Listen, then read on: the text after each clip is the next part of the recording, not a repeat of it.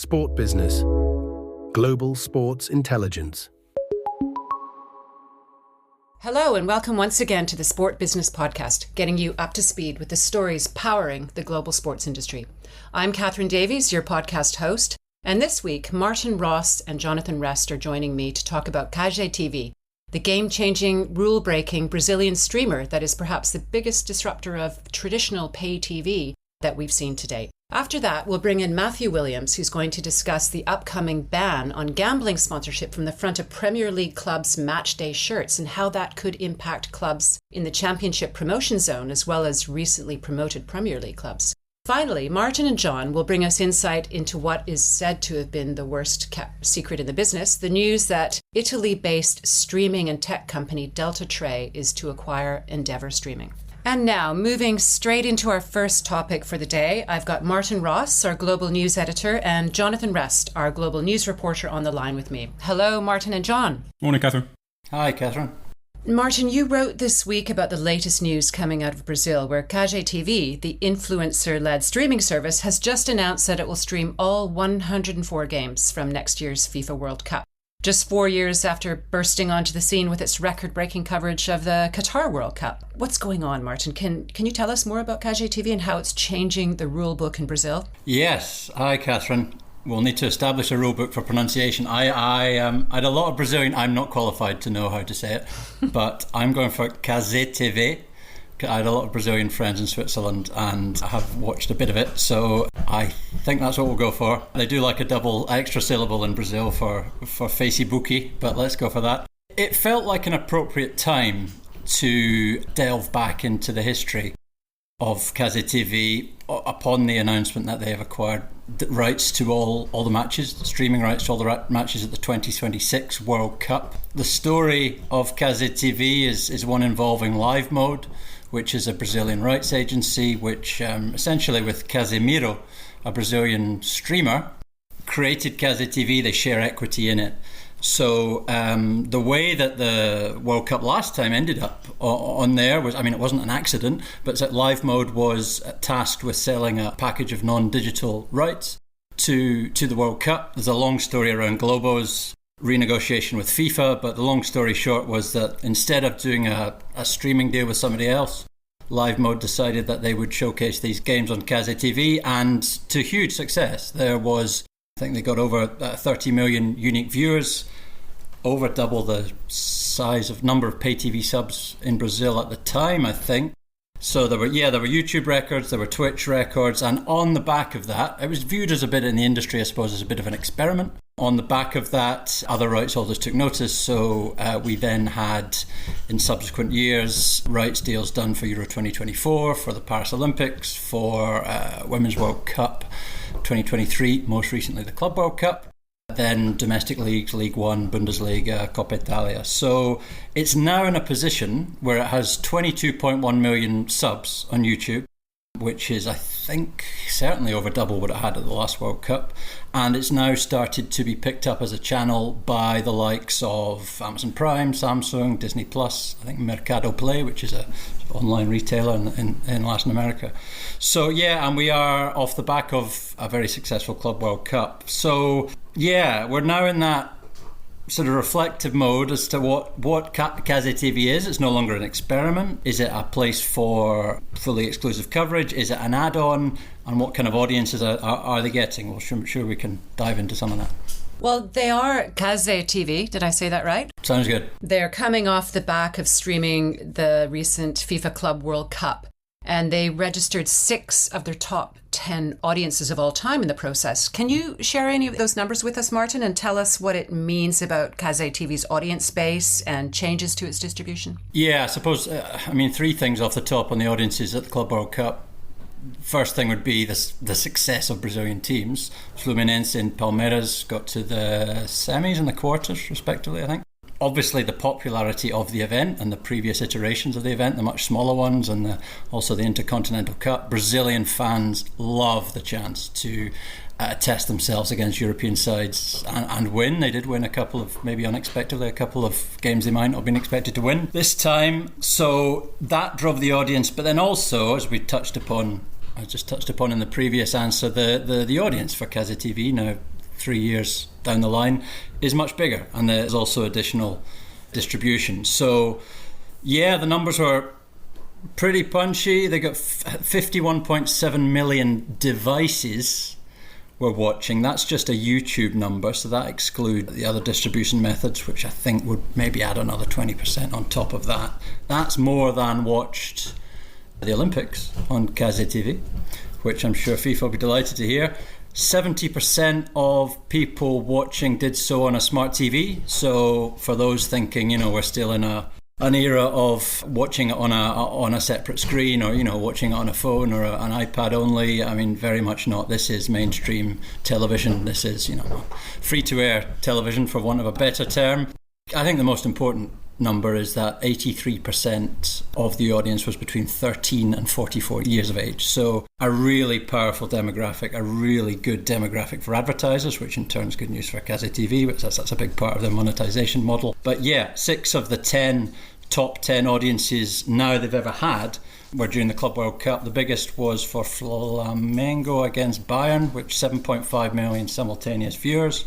And then that's just below, I think, 7.7 million Brazil-Croatia during the World Cup. So, the most important stat, I think, is the viewership, the age. They really kind of speak their language. I realise the irony of that because I don't speak Portuguese, so I don't know what they're actually telling them, but they certainly speak their language. It's kind of slightly controversial and irreverent.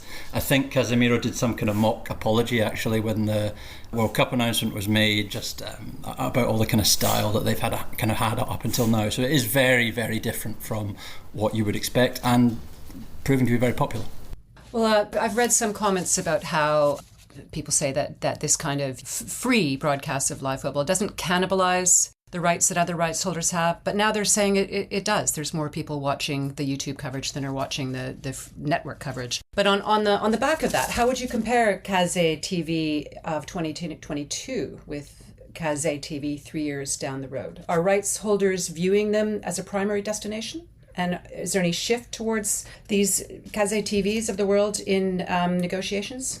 Certainly, I think you're right, Catherine. When I was at the Sportel Miami convention in April, we actually did a pod, one of the early pods. I was speaking from Miami, and it was very interesting that it is in the Americas, that event, but it's flooded by Latin Americans, South Americans, and a lot of Brazilian streamers and platforms were there, and CazéTV was the one that people were talking about.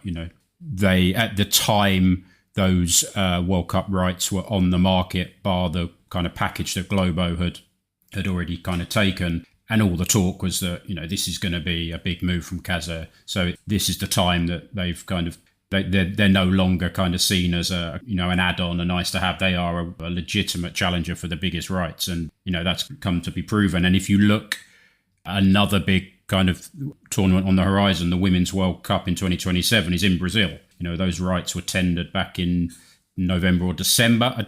Forgive me if I'm wrong, Martin. I don't think we've had an announcement as yet of where those rights are heading, but you can imagine a kind of CazéTV Globo partnership, given the importance of that tournament and the numbers that Casemiro is bringing to the table, which are huge. They are, as I say, they are now a legitimate player. And if you look at what they've been showing, they're not showing small sports events, are they? They are showing the biggest sports events that broadcasters around the world bid millions and billions for.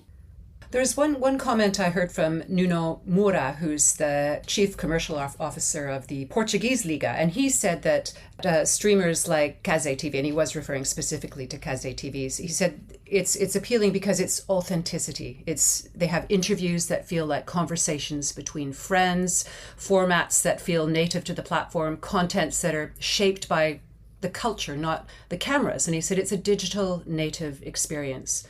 And I think it's really changing, and it's coming from Latin America too. There's a Mexican streamer, Miguel Layun, who's a former Mexican football player, and he operates a YouTube channel called Levi Time TV, which has an agreement with TUDN, the Televisa Univision channel, and he shows one match per round of Club America matches in Liga MX. So he's down there pitch side, the match goes on, the camera swings to them, and they're all chatting away pitch side, and it's a completely different way of watching football that I think I find hard to understand because I'm not in the 18 to 30 age group, but it's really capturing eyeballs, and it seems to be coming from Latin America, doesn't it? Yeah, I think that's why it works, that kind of mixture of CazéTV and global, which is obviously very much, I mean, whether that's global with a huge audience that they get on the free-to-air or Sport TV, capturing all the, well, maybe older viewers who are used to the more traditional, excited Brazilian commentators shouting a lot and, everything that goes with that. But I think it's starting to change, and I get the sense that maybe rights holders have seen them coming a bit more now, the premium rights holders. By that, I mean, the initial deals that were done were seen as something of an experiment. They would be less high on minimum guarantee, and there would be a strong revenue share or profit share component to the deals. The IOC deal was done not long after the FIFA deal. I imagine Live Mode, when doing these deals, would be able to negotiate a deal that works for them, but then also works for the rights holder, because if the audience gets big enough, it works for both. And then you're also tapping into, as you say, an audience not cannibalizing your kind of traditional linear TV audience. But I think it's maybe shifting a bit more, and they're maybe starting to be treated as, sort of bona fide, a regular rights buyer. Certainly they're getting inundated with Olympic sport disciplines. I don't mean the IOC, but Olympic sports, desperate for coverage. Maybe they might be hidden on ESPN or Sport TV, or don't have a broadcast deal, and they're offering up their rights free, as you can imagine, because they're just desperate to get on the platform. We spoke to, at the beginning of last year, founding partner Edgar Diniz, who at the time he said, "We don't see ourselves as a rights buyer competing against media companies. We see ourselves as partnering up with sports entities and helping them with the best solution." So what he meant by that was they didn't see them going in and getting absolutely all the rights and sort of carving out all the exclusivity for themselves, and that they had their own lane. But as that number gets bigger and bigger on the YouTube side, and the audiences get bigger and bigger, it starts to become a kind of pseudo main broadcast network, and maybe the rights deals will change a little bit accordingly. So if they are becoming more like a mainstream broadcaster, what is their monetization model? Lots of people say it's hard to make money from streaming, isn't it? Yeah, I mean, you get lots of people, as much as the audiences are going through the roof on YouTube for various properties, you'll get lots of people saying it's hard to make money on YouTube. But I suppose by that they mean it is a kind of mean share of revenues. The figure we had around the World Cup on their YouTube ad revenue share was around $250,000. Now that's highly misleading, because that's not how they monetized the rights. That is really purely secondary. It's all about building up a big enough audience to attract big brands, in the same way that Globo has over many years, and it's a very strong buy-in in Brazil for sponsors attaching themselves to World Cup coverage. So there were big brands brought in to sponsor CazéTV's coverage from Qatar: McDonald's, Coca-Cola, Estrella Bet, Unilever. Live Mode actually also had a role in selling regional sponsorships for the 2022 World Cup in Latin America. So they could kind of leverage that as well, in terms of if you're doing a deal with a sponsor there, then there's obviously separate processes, but, an opportunity as well to sponsor on CazéTV.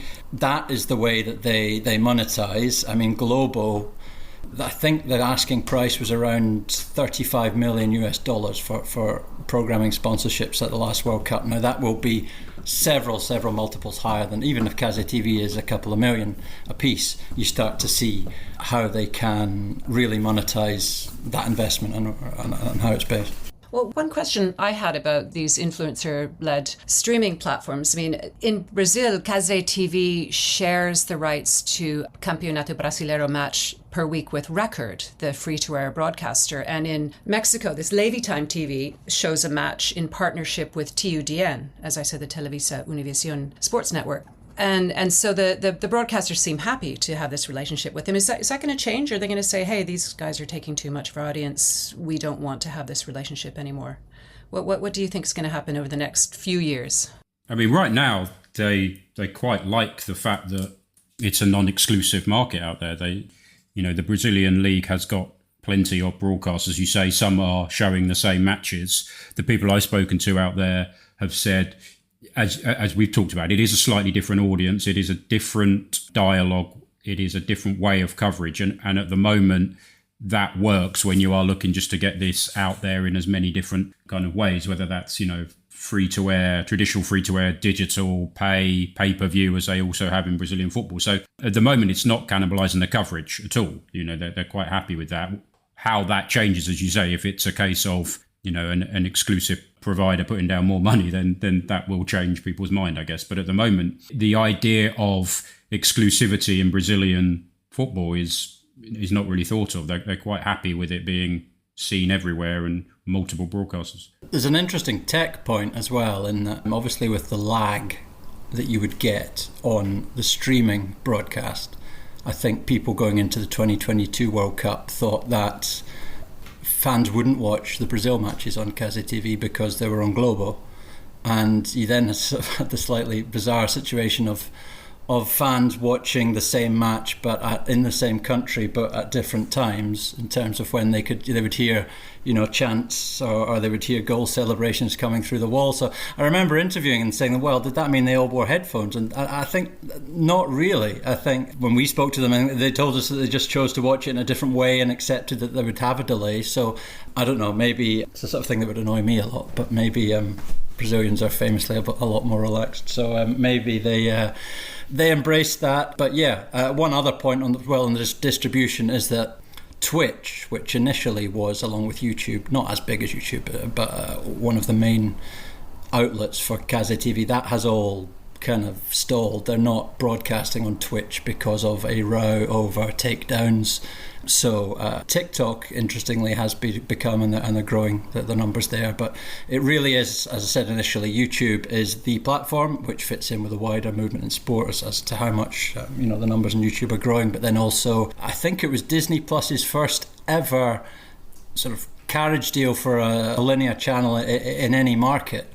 And they had to put tech in place in order to offer CazéTV. That's not really a moneymaker for CazéTV. It's just like a kind of free-to-air network would want to expand its distribution and get more eyeballs. It's not the kind of carriage fee pay TV sports channel like we have in the States, that model of, give us X per subscriber. But it is just another way of getting eyeballs for the channel. Well, I think this is a topic that will run and run, and it is interesting to see how this change is coming out of Latin America. Although there was the example of the chap who bought the French Division 2 rugby rights for his YouTube channel, wasn't there? So it is something that's happening around the world, but largely coming from Latin America at the moment. Thank you both. That's the end of part 1 of the podcast. We're going to move into part 2 after the break, where we're going to talk to Matthew Williams, who's going to bring us the latest on front of shirt betting sponsorship in the Championship and the Premier League in England. We'll be back in a minute. For a weekly roundup of the biggest stories shaping global sport, sign up to the Weekly Digest, our free newsletter packed with essential insights. Subscribe at sportbusiness.com.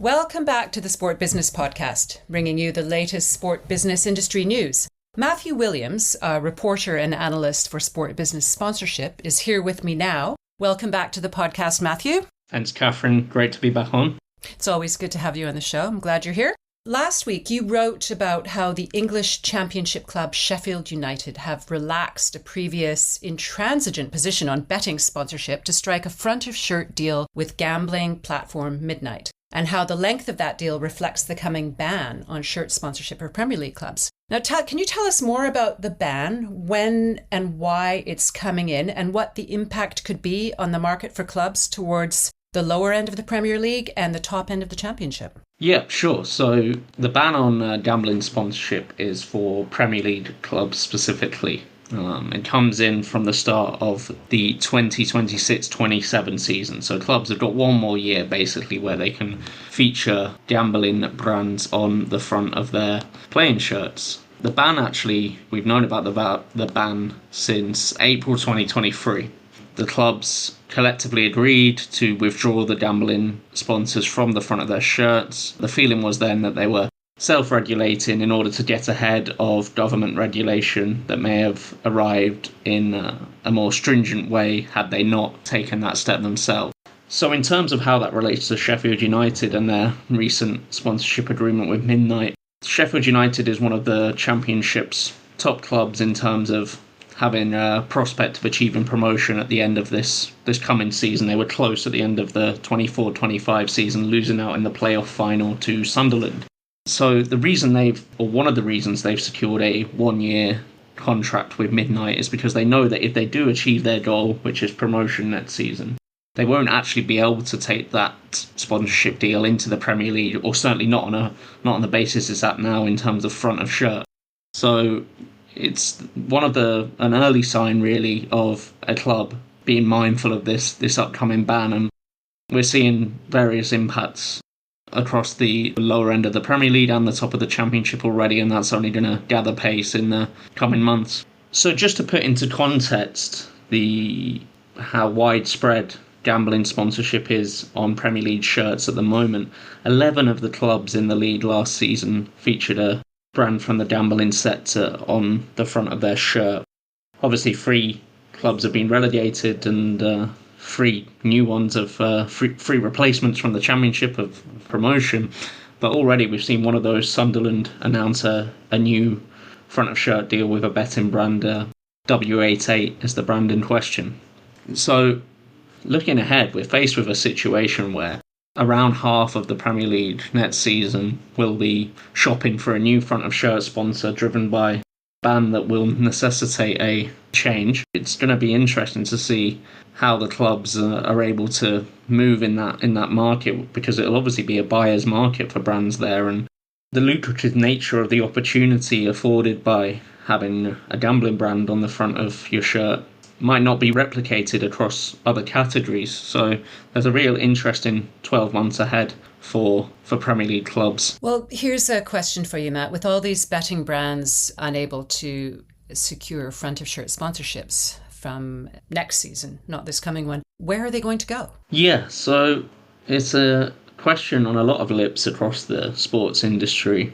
I think the initial accepted wisdom was that they would migrate to the sleeves of Premier League clubs. There's also my colleague Matthew Glendinning wrote a piece at the time of the news breaking that the gambling ban would be coming into effect for Premier League clubs.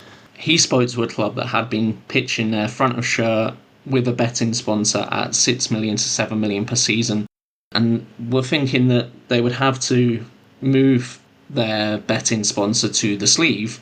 That would earn them a maximum of 2.5 million per year after the ban, and perhaps even as low as 1 million per year. So again, a real stark difference just from the requirement that Premier League clubs are naturally under from that season to move brands away from the front of shirt. And even if they do move to sleeve, it's still a real financial hit that they're going to take, and it's the clubs that typically look to leverage this opportunity are the clubs that finish sort of in the bottom half of the Premier League, 10th right down to the relegation places. And there's already a bit of a wealth gap developing in the Premier League, or has been developing for a while, and this is really going to hurt those clubs that are already searching hard for any sort of financial boost to help them close that wealth gap, close that on-field quality gap as well. So it's really those clubs that are going to feel the pinch the most from this. And it's not just in the UK, is it, Matthew? What's been going on in other countries that have implemented or are trying to implement these types of bans on gambling sponsorship? And I think Italy, Brazil, Czech Republic are among the countries who've been active in this space. Yes, that's just to name a few, really. Italy and Brazil perhaps provide cautionary tales for the UK. Italy actually were one of the sort of early movers in this space, in that they implemented a ban at the start of 2019 on gambling sponsorship domestically. They are actually now looking at overturning that ban. I believe a final decision is due in the autumn of this year, but it looks like that ban's going to be overturned. Gambling brands will be free to return to football clubs' shirts in Italy. The only condition will be that they'll have to be brands that are approved by the country's Customs and Monopoly Agency. And that was all prompted by lobbying from the clubs, the Italian Football Federation, So you can see there that clubs are keen to, in the case of Italy, keen to regain that lucrative opportunity provided by the gambling sector. In Brazil, clubs are trying to fight against proposals that are incoming. The government have proposed a bill that will impose limits on betting operator advertising in stadiums. The Brazilian football market is very reliant on income from the gambling sector, and the clubs have actually been quite strong in their statement around this, saying that if the bill goes ahead, this could result in the financial collapse of the entire sports ecosystem, and in particular Brazilian football. So that kind of outlines, certainly from the club's perspective, how serious and significant an issue this is. Can you contextualize the financial value of what Premier League clubs could be losing through this self-imposed ban? So Sheffield United, again, actually provide an interesting example here. Before they decided to open themselves up to gambling brands on the front of their shirts again, they were steadfastly against it. And this was a cultural issue due to previous ownership, changed hands over the course of the last football season, and that's why they've opened up to it again. But previously they were steadfastly against gambling sponsorship, and this meant that when they were in the Premier League in the 23-24 season, they actually turned down offers of up to £8 million per season from gambling brands for the front of shirt position. Eventually they did settle on a deal worth $4 million, so still a strong financial boost, but clearly half the amount they could have earned. That was with an online trading provider, CFI Financial. So that kind of contextualises the difference in terms of what clubs previously and have been, still are for the moment, earning from the gambling sector for the front of shirt, and what they might have to, I guess, settle for in the future. It could be devastating, couldn't it? But on the other hand, it does mean that other categories may swoop in and take more of a front of shirt presence in the Premier League, at least following the ban. Do you have any insight into which categories we might see coming in? There's been whispers from the market, the industry. Nobody's obviously quite sure yet. Clubs are still really more focused on taking the opportunity of the last year of gambling sponsorship revenue from their front of shirt, but we're looking at categories such as tourism boards, particularly from the Middle East. They've been obviously spending big in football over recent years, really, and increasingly in football sponsorship. It's been a real trending category, tourism. So we think that could be a new arrival. We haven't seen a Premier League club sponsored on the front of their shirt anyway by a tourism brand as yet. So we think that's one to keep an eye on. Well, I can imagine that we'll see a lot more creativity in that space as clubs search for other categories. And that just reminds me of the news that came out this week about how Barcelona have signed a shirt sponsorship deal with the Democratic Republic of Congo, the war-torn African nation, which will pay the team between 10 and 11 million euros a year. And that's extraordinary to me, but you can see that teams are going to have to really work hard to fill those gaps left by the gambling bans in various countries, not in the case of Barcelona, but in other countries. Well, Matthew, thank you. That's relevant and timely insight as always. I'm sure we'll have you back on the podcast very soon to give us more of your sponsorship intelligence. And right now we're going to take a short break before moving on to part 3 and the latest big news from the sports, streaming and technology space. We'll be right back. Enjoying the conversation? Follow the Sport Business Podcast and turn on notifications so you never miss an episode. And if you're finding it valuable, leave us a rating and a review to help others discover the show.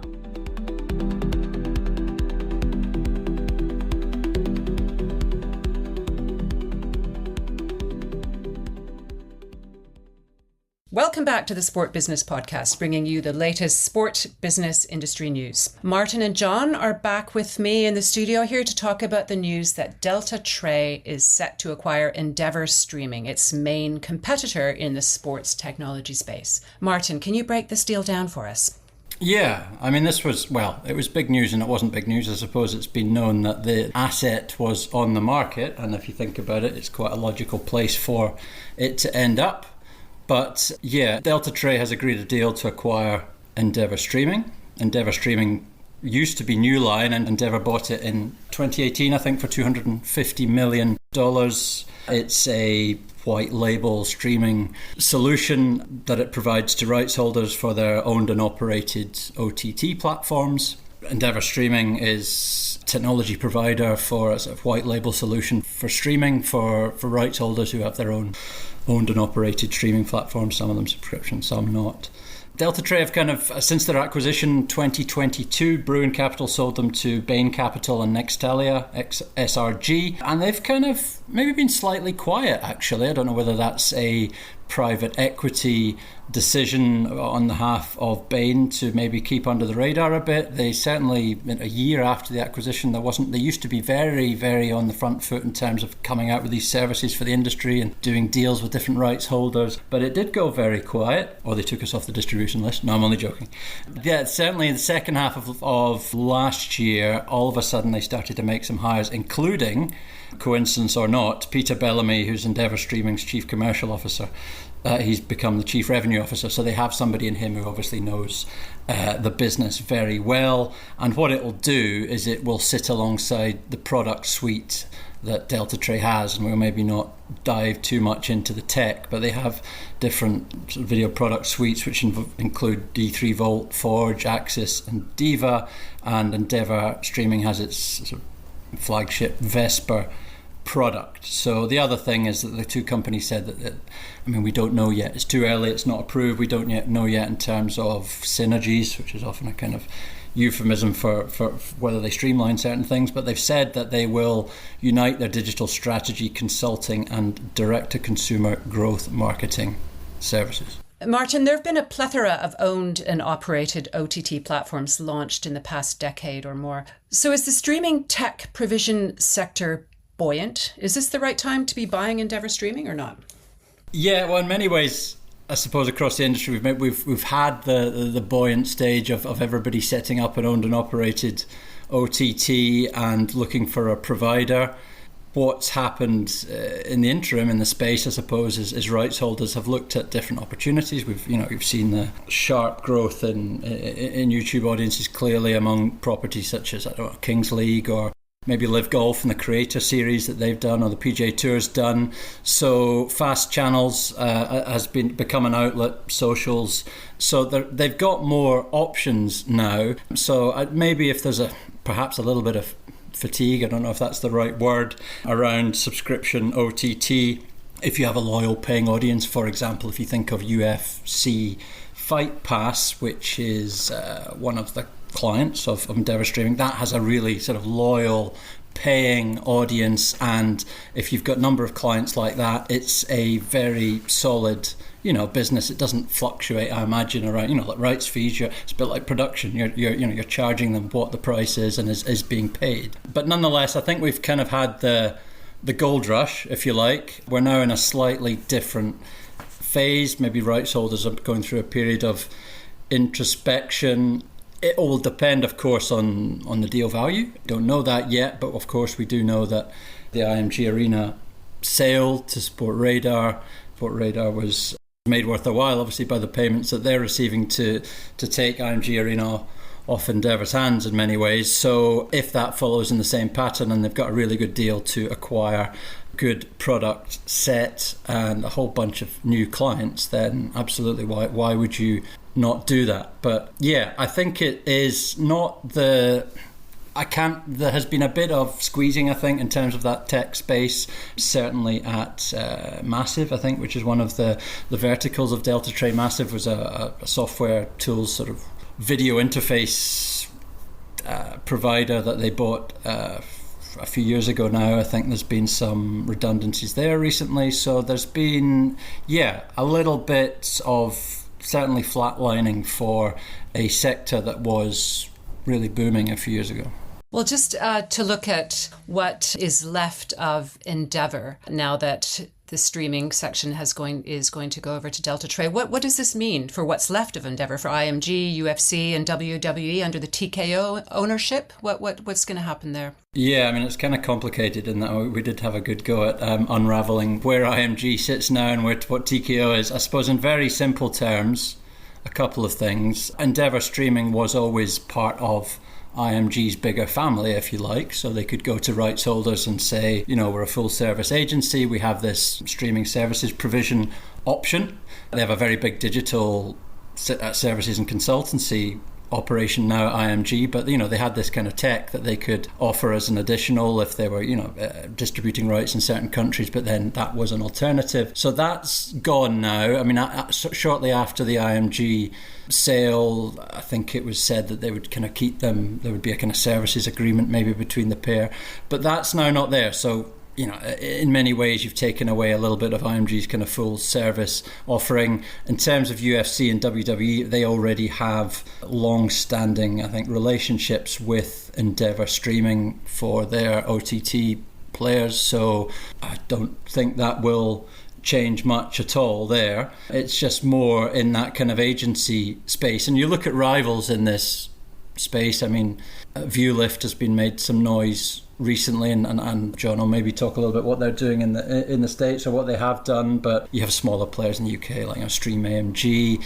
Stay Live is one to watch because that was Spring Media's variation of Endeavour Streaming, if you like, which is now under Two Circles ownership. They're going to make a big push around that. Infront maybe is sort of taken more of a step back from that area or that sort of tech area. So yeah, this was probably a logical place for Endeavour Streaming to end up. I don't think it has a massive impact on Endeavour because of all the changes that have gone before it. And Endeavour now, what was Endeavour? Now WME is so much focused on talent, and it did kind of sit oddly amongst all of the assets that were left. So it makes sense that it now has a new home. I suppose a slight tangential impact on IMG, but yeah, not a big part of their business.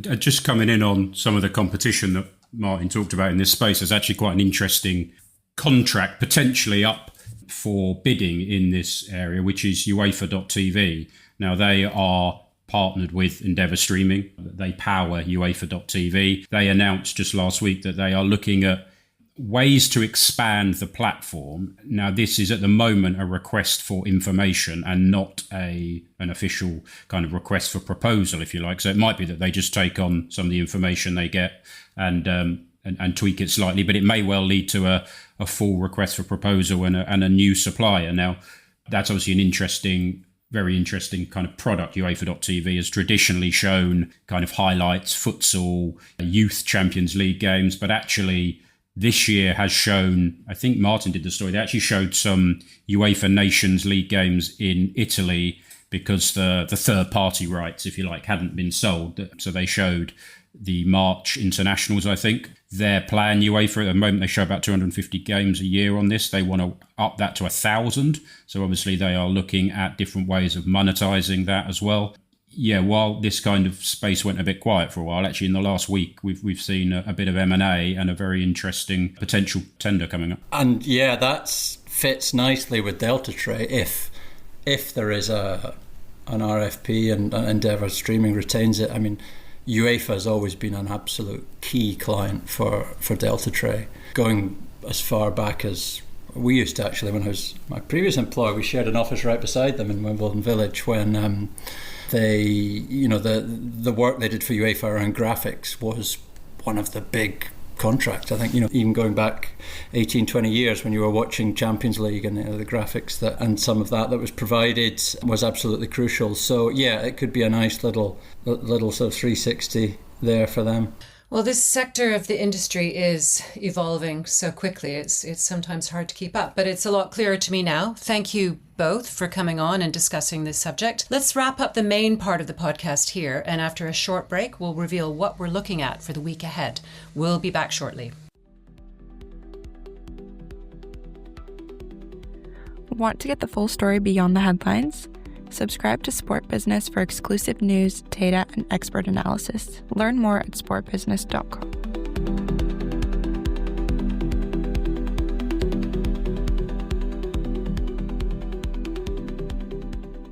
Let's move into the final part of today's Sport Business Podcast. John, Martin, let's look ahead to next week. What is on your radar? There's a big fight this weekend, isn't it? Alexander Usyk against Daniel Dubois at Wembley. and this is actually a bit of a wider look at piracy, because the financial impact of piracy on the sports industry, I always feel, is really felt when you see the numbers after boxing, the piracy numbers, because being a pay-per-view model, you can kind of work out the financial impact of it a bit quicker. And there was a fight a year ago, Usyk Fury, the big one.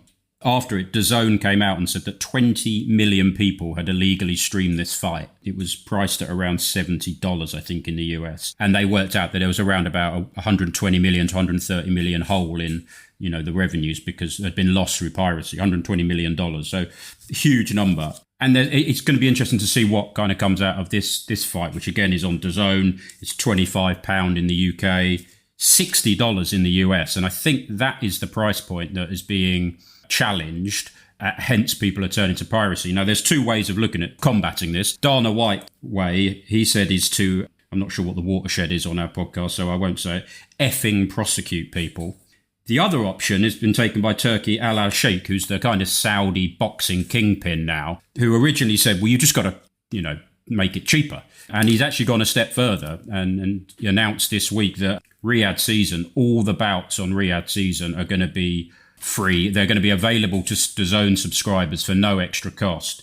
So no more pay-per-view for Riyadh season boxing, which I think is a super interesting stance to take. We've talked about that in previous pods, I think, Martin, when we did the DAZN one in the US, and how they started cheaply with pay-per-view, and then Eddie Hearn told them that you've got to be charging $50, $60 for this. So interesting to see, firstly, what comes out of the fight on Saturday. I'm sure there'll be numbers early next week of how many people pirated this, and whether Turkey's plan for a free to an extent boxing end of pay-per-view runs on. Yeah, I'd maybe stick with a DAZN theme, although entirely unrelated.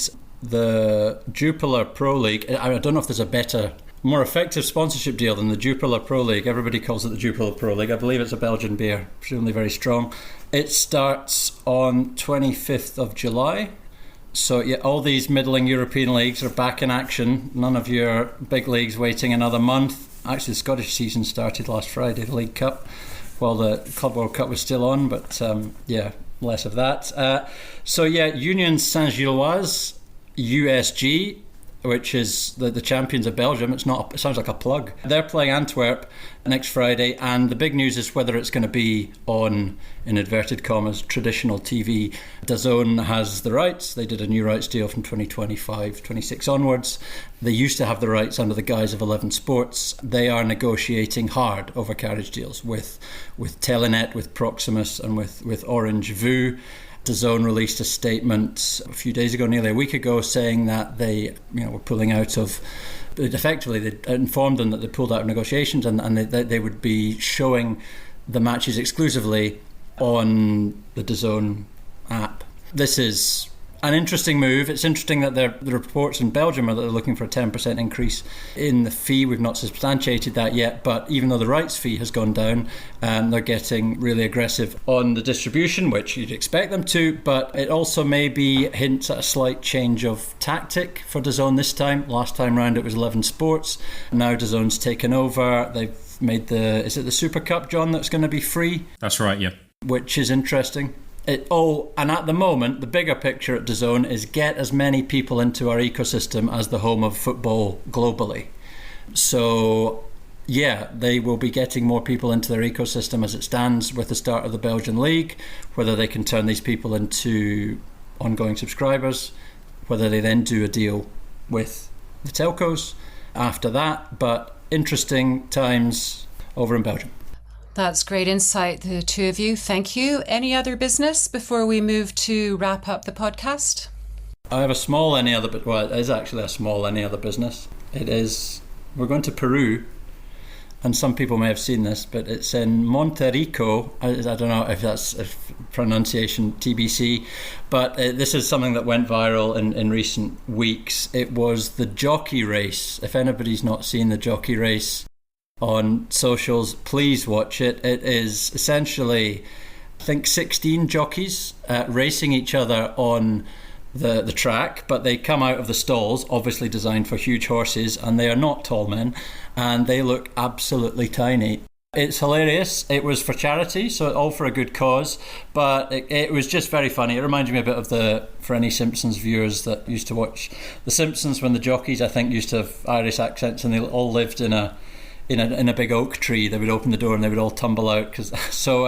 It was, maybe we can, somebody text me actually Callum texted me, formerly of this parish, asking if we could get a rights fee for this race, because clearly it's going to take off. And maybe it's the future. I used to love watching the football mascots race at, I can't remember which racetrack it was, but this sort of thing works really well on socials, and I would encourage anybody who has not seen and I think this means foot race, but Catherine can correct me, Carrera de Jinetes it says a pie, P-I-E, which I presume means foot. Pie means foot, yeah. Pie. Oh, it says pie. Yeah, jockeys on foot. Jockeys on foot, right, there we go. Yeah. So look for Jockeys on Foot on X or Instagram, or for the cool kids on TikTok. Great stuff. That reminds me about the hot dog eating world championships that we spoke about in a recent podcast. And also I was reading about the wife carrying world championships. So lots of rights fees to find out about there. And the hot dog race at the Milwaukee Brewers, I've seen that live in action at the end of the seventh end or something. They all race, the different huge hot dogs have a race.